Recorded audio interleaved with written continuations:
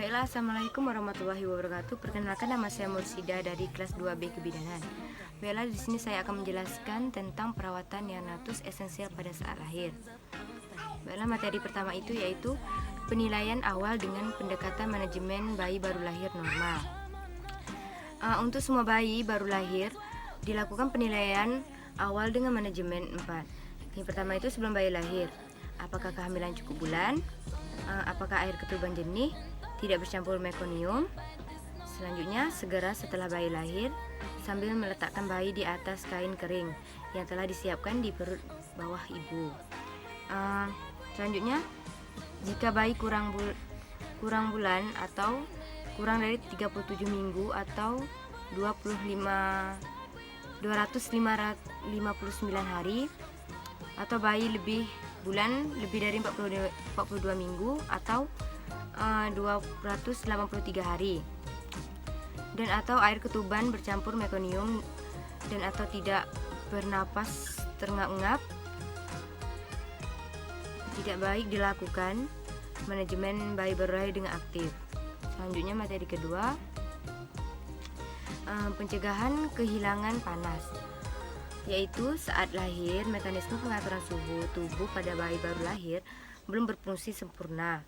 Oleh karena itu, jika tidak segera dilakukan upaya pencegahan kehilangan panas atau tubuh, maka bayi baru lahir dapat mengalami hipotermia. Hipotermia mudah terjebak pada bayi yang tubuhnya dalam keadaan basah atau tidak segera dikeringkan dan diselimuti walaupun berada dalam ruangan yang relatif hangat. Yaitu mekanisme kehilangan panas terbagi menjadi 4, yaitu evaporasi, konduksi, konveksi, dan radiasi. Materi selanjutnya yaitu membahas tentang pemotongan dan perawatan tali pusat, yaitu setelah bayi lahir dengan normal yang harus kita lakukan adalah tali pusat dikelem atau diikat 2 menit pasca bayi baru lahir, dan sebelumnya ibu disuntik oksitosin, dan potong tali pusat sebaiknya tidak dibungkus atau dioleskan dengan cairan lainnya. Mengoleskan alkohol atau povidone masih diperkenalkan karena menyebabkan tali pusat basah atau lembab. Luka tali pusat dijaga agar tahu kering dan bersih sampai tali pusat mengering. Materi selanjutnya itu yaitu inisiasi menyusui dini atau IMD, yaitu prinsip pemberian ASI dimulai sedini mungkin, eksklusif selama 6 bulan, diteruskan sampai 2 tahun dengan makanan pendamping ASI sejak usia 6 bulan. Pemberian ASI juga meningkatkan kasih sayang, memberikan nutrisi terbaik, dan melatih refleks dan motorik bayi.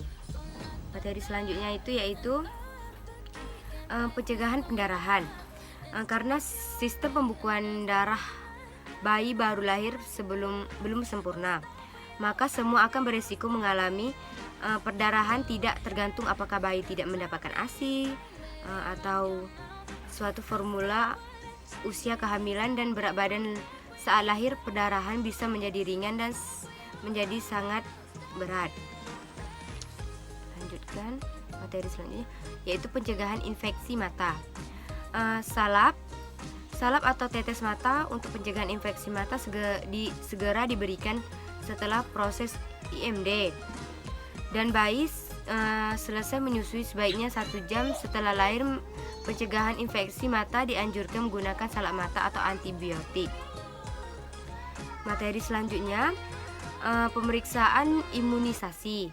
Imunisasi hepatitis B pertama atau HBO diberikan 1-2 jam setelah pemberian vitamin KI secara intramuskular atau intramuskular. Imunisasi hepatitis B bermanfaat untuk mencegah infeksi hepatitis B terhadap bayi, terutama jalur penularan bayi ibu dan bayi. Penularan hepatitis pada bayi baru lahir dapat terjadi secara vertikal atau penularan ibu ke bayinya pada waktu persalinan dan horizontal, yaitu untuk mencegah terjadinya infeksi vertikal. Bayi harus dimulai hepatitis B sedini mungkin. Selanjutnya materi selanjutnya anamnesis, pemeriksaan fisik. Hari pertama bayi lahir, banyak perubahan pada bayi dalam menyesuaikan diri dari kehidupan di dalam rahim, kehidupan di luar rahim. Pemeriksaan bayi baru lahir bertujuan untuk mengetahui sedini mungkin jika terdapat kelainan pada bayi lahir. Di fasilitasi kesehatan sangat dianjurkan untuk tetap tinggal di fasilitas kesehatan 24 jam pertama waktu pemeriksaan bayi baru lahir. Setelah lahir, bayi stabil dengan waktu sebelum 6 jam.